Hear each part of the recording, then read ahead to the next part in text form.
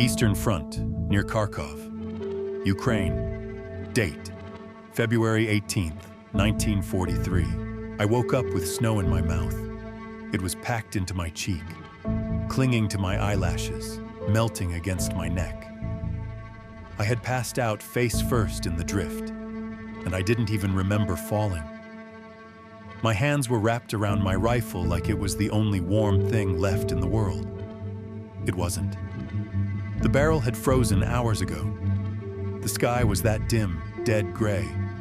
No sunrise, no sunset. Just another colorless day in hell. A shell exploded somewhere to our left, sending up a column of frozen earth. I didn't even flinch. Not anymore. I sat up slowly, my joints stiff with cold and fatigue, and looked around. Our unit, the 239th Infantry Division, had been crawling through the snow east of Kharkov since yesterday. The Soviets had launched a massive counteroffensive, Operation Star, they called it. We didn't know it then, but they were retaking Kharkov with everything they had, and we were in the way. I glanced down the line. 8 of us left, maybe 9. We'd lost nearly 24 men in the last 36 hours, some to artillery, some to frostbite, some just gone. The Soviets were ghosts in the trees. We fired into the forest. Sometimes they fired back, sometimes they didn't. Oberfeldwebel Kruger knelt beside me, shaking my shoulder. "Aufstehen, Helmut," he said. "Get up. We're moving. Orders from command."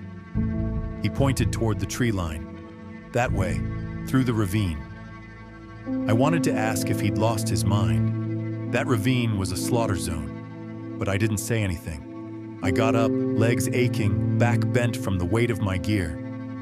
We trudged on, boots crunching through the crust of snow, rifles lowered. No one spoke. What was there to say? 10 minutes later, it started. The Soviet mortar hit just ahead of us. It was like the earth cracked open and screamed. A second landed near Müller. One moment he was there, walking next to me. The next moment he was gone, just a flash of light and something wet splashing on my sleeve. I didn't even look back. We scattered. Someone shouted in Russian. Gunfire. Close. I dropped behind a tree, aimed blindly into the white and squeezed the trigger. My rifle jammed. That's when I heard the screaming. Not battle cries, not commands, just raw, human screaming. I crawled on my stomach, snow cutting my face, heart pounding in my throat. I saw one of our boys, Heinz, clutching his leg. Blood stained the snow black. I wanted to help him. I didn't. I just kept crawling. By the time I reached the edge of the ravine, it was quiet again. But in my mind, something had cracked open. Something I couldn't close again. Bremen, Germany time, late 1930s, before enlistment. Before the mud, the blood, and the noise. Before the cold became my skin. I was just a boy in a factory town. I was born in Bremen in 1920, a port city on the Weser River, full of cranes, warehouses, and old men who smelled of salt and engine oil. My father worked at the shipyard, same as his father. My mother sewed uniforms for the Navy. We were poor, but not starving. That counted for something back then. I was an only child. I grew up in a 2-room flat above a bakery. Most days, the smell of fresh bread would drift up through the floorboards, if we were lucky. Other days, it was just soot and the hum of distant trains. I shared a bed with my father until I was 12. He snored like thunder. He wasn't a harsh man, not loving either, just tired. Always tired. By the time I turned 15, his back had given out, and he drank more than he worked. But I don't blame him. Not anymore. The Great Depression had gutted Germany. Half the men in our street were jobless. The other half didn't smile. I remember watching my mother clean her sewing needle with spit. "You keep your hands busy, helmet," she'd say. "It keeps your mind clean." I tried. I read old engineering books from the city library. I carved wooden airplanes with a penknife. I dreamed of being an architect, of building something that wouldn't fall apart, something permanent. But dreams were expensive. Then came 1933. The swastikas started appearing on armbands and storefronts. I didn't understand much of it. All I knew was that there were uniforms everywhere, and they looked sharp. Men in polished boots marched through our neighborhoods with pride on their faces. Real pride. For the first time in years, Germany looked. My father didn't say much about the Nazis, but I saw the way he stood straighter when the Führer's voice came on the radio. "He gives men something to believe in," he said once. That matters. By the time I turned 17, I was attending Jugendwehr exercises on weekends, pre-military drills for the Hitler Youth. We ran laps, climbed ropes, learned to shoot. It felt like belonging, like order, like we mattered. I remember the exact day I enlisted. It was May 8th, 1939. I was 19. I wore my best shirt and signed my name with steady hands. The recruiter smiled. "You'll serve the Reich with honor," he said. I believed him. I didn't understand the weight of what I had just done. Not yet. Back then, war felt like something noble, distant, like it belonged in books and black and white newsreels, not trenches and bone-deep cold, not missing fingers and eyes that wouldn't close. Back then, I still thought we were the good ones. Back then, I still knew who I was. Poland, then Eastern Front time. September 1st, 1939. June 22nd, 1941 and beyond. I first saw a city burn on September 3rd, 1939.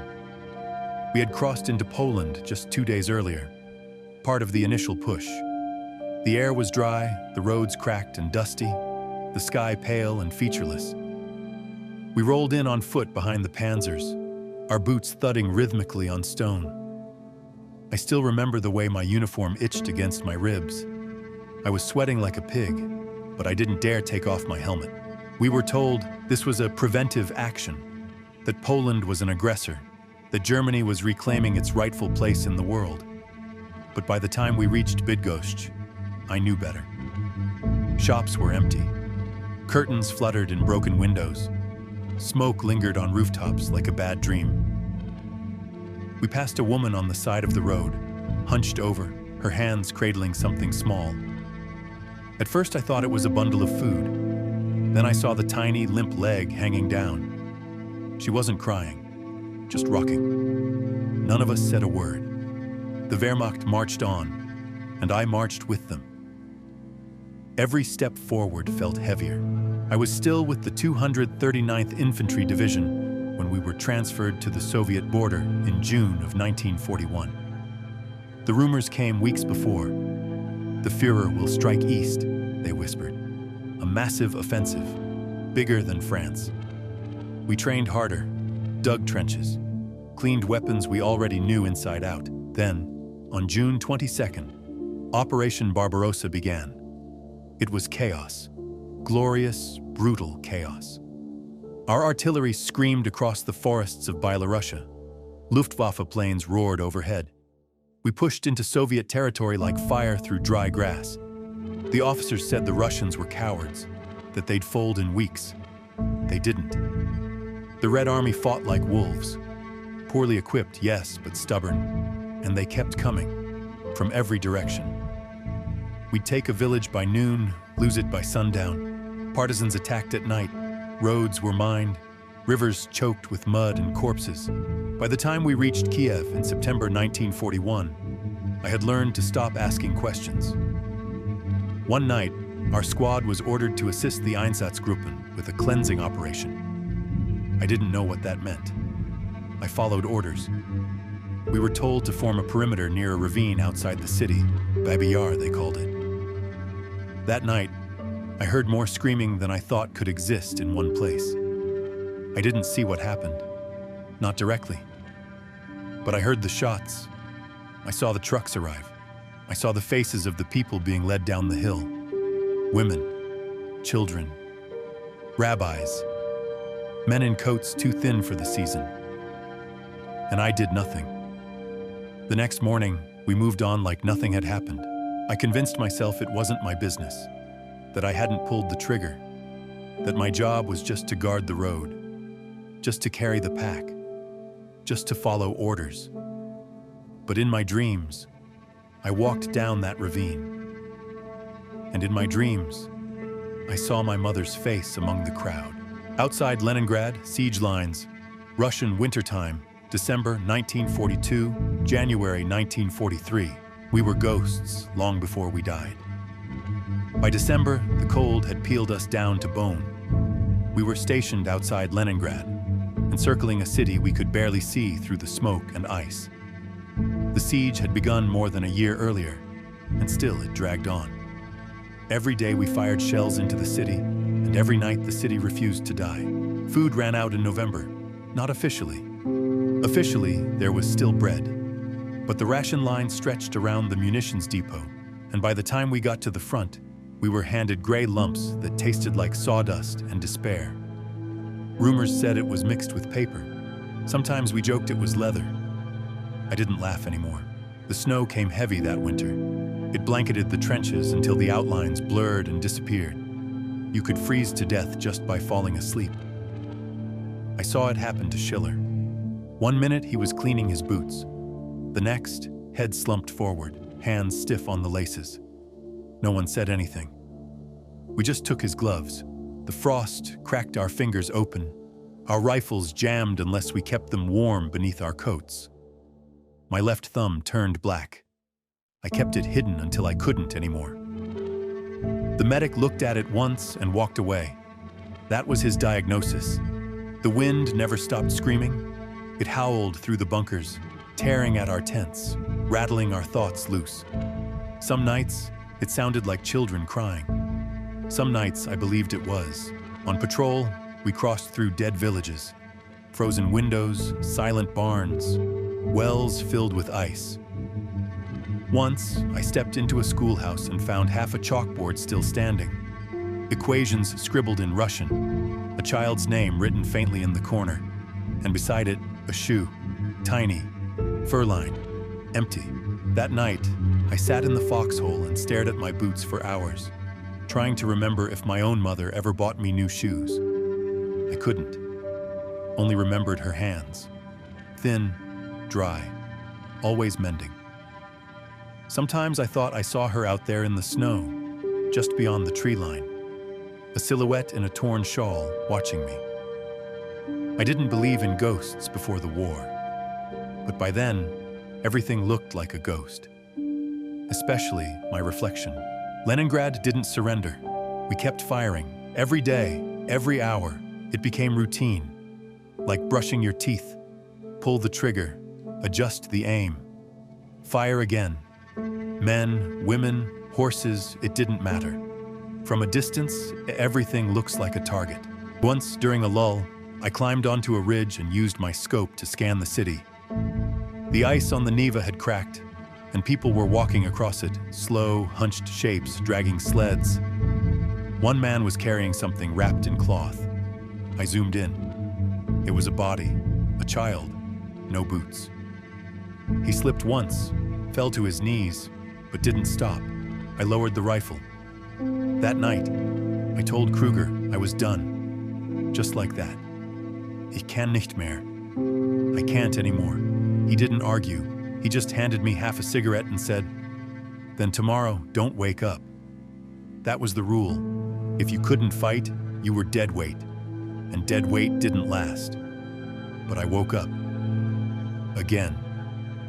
And I marched. Again. Each step heavier than the last. Near Kharkov, Ukrainian Soviet Socialist Republic, Soviet Union. Third Battle of Kharkov date. February 20th to 24th, 1943. General Hoth and SS units from the Leibstandarte Adolf Hitler Division were tasked with taking the city back. It was a last, desperate counterblow. We moved through alleys and rubble like rats, street by street, house by house. I remember the moment I made my choice. We were ordered to clear a building suspected of harboring partisans. I was with Kruger and 2 others. We kicked in the door of a cracked brick house just north of the city square. Inside, it was pitch dark. The cold smelled like wood rot and kerosene. There was movement upstairs. Footsteps. A door slammed. We charged up.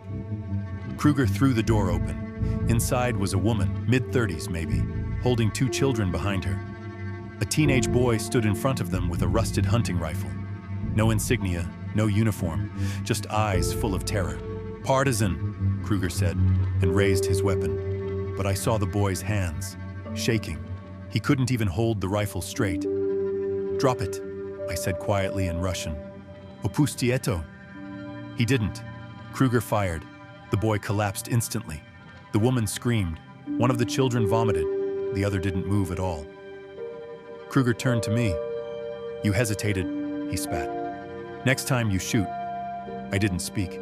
I just stared at the boy's hand twitching on the wooden floor, fingers still curled like he was trying to hold something. That night, I stole away from our unit during guard rotation. Took only what I could carry. A torn map, my felled blues, and half a loaf of moldy bread. I left my rifle behind. I wanted it to feel symbolic. It didn't. It just felt stupid. I walked east. Yes, toward the enemy. I didn't have a plan, only a direction. I traveled by night, slept under broken carts or inside barns when I found them. The land was thick with snow and silence. Once I was chased by a dog. Another time, a farmer let me drink water from his well, then chased me away with a shovel once he noticed my boots. Near Belgorod, I was captured by a Soviet patrol. They thought I was a spy. They beat me, broke my nose. I didn't fight back. Eventually, a Russian lieutenant with tired eyes came to question me. I told him the truth, every word of it, that I was Wehrmacht, that I ran, that I no longer believed, that I had watched people die and did nothing, that I didn't know what I wanted anymore, only what I couldn't do again. He studied me for a long time, then said one word. "Stoy. Stay." He had me transferred to a POW camp near Kursk. There, in the frost-bitten barracks, surrounded by men who hated everything I once stood for, I found the first moment of peace I'd known in years. I had made my choice, and I had survived it. Soviet sector of Berlin, post-war Germany time, 1946 to early 1950s. Soviet sector of Berlin, post-war Germany time, 1946 to early 1950s. I didn't go back to Bremen. My father had died of pneumonia in 1944, my mother during an Allied bombing raid in 45. The bakery beneath our old apartment had collapsed. There was nothing left.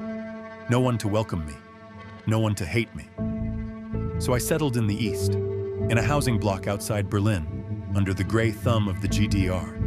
I worked as a machinist. It was simple work, repetitive, quiet. I liked it. My foreman never asked about the war. Most people didn't. Everyone had stories they didn't want to tell. I rarely looked people in the eye. I didn't join the veterans groups, didn't wear medals. I burned my uniform in a stove one night and watched the buttons melt like bone in fire. Sometimes I heard marching boots in my sleep, not from memory, but from absence. I heard them not coming. That silence woke me more than gunfire ever had. In 1949, I met a woman named Ilsa. She was kind. Her hands were always warm. She had a son from her first marriage, Eric. His father had died in France. Eric was 7. He called me Herr Rubin for 2 years before he trusted me enough to call me Papa. But I never let him play with toy guns, never let him draw tanks or soldiers. When he asked me why, I told him I didn't like war. That was the only truth I could give him. Once, in 1952, I saw an old comrade on the tram, Kruger. He looked thinner, meaner, wore a hat pulled low. We locked eyes. He looked away first. Neither of us said a word. That night, I sat awake for hours, staring at the wall. I realized I had never mourned the boy in the house, the one who couldn't even hold his rifle straight. So I mourned him. Finally. Quietly. Alone. And I mourned the man I had been. I was no longer a soldier, but the war didn't care. It followed me into every morning, into every shadow on the stairwell, into every silence between sentences. I didn't seek forgiveness. I didn't believe I deserved it, but I did want to be useful, to live differently, and maybe somehow that would be enough.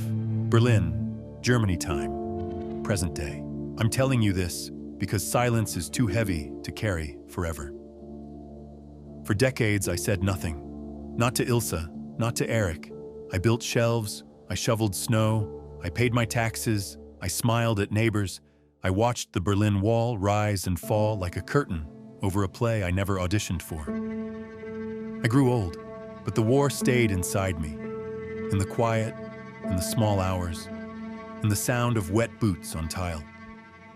I didn't speak because I was ashamed, not just of what I did, but of what I didn't do, of who I let myself become by doing nothing. People like me, we didn't pull the triggers every time, but we built the world that made the trigger easy to pull. You asked why I left the Wehrmacht? It wasn't courage. It was grief. Grief too deep to keep following orders. I stopped believing in enemies. I stopped believing in borders. I started believing in faces, in hands, in the sound of children's shoes across stone. That's all war really takes from you. Your ability to look another person in the eye and still see a life, not a threat. I've carried this for 80 years. I don't ask you to understand it, only to hear it. Because forgetting is not peace, and silence is not healing. If I could speak to that boy in the house again, I would say, I'm sorry I was too late. And if you're still listening now, I say this, don't be too late. Don't wait for the war inside you to end before you start choosing who you are. You have that choice now. That's what I didn't understand back then. But you can. You still can.